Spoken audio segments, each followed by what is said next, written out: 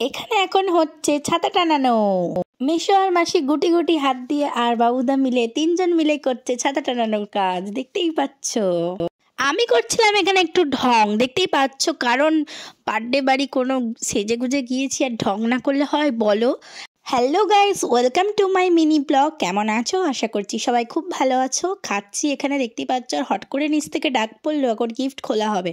তো গিফট তো কে না ভালোবাসে বলো, সবাই ভালোবাসে। তো এখন গিফট খোলা হবে, নিচে দৌড়িয়ে চলে গেলাম তাড়াতাড়ি করে খেয়ে।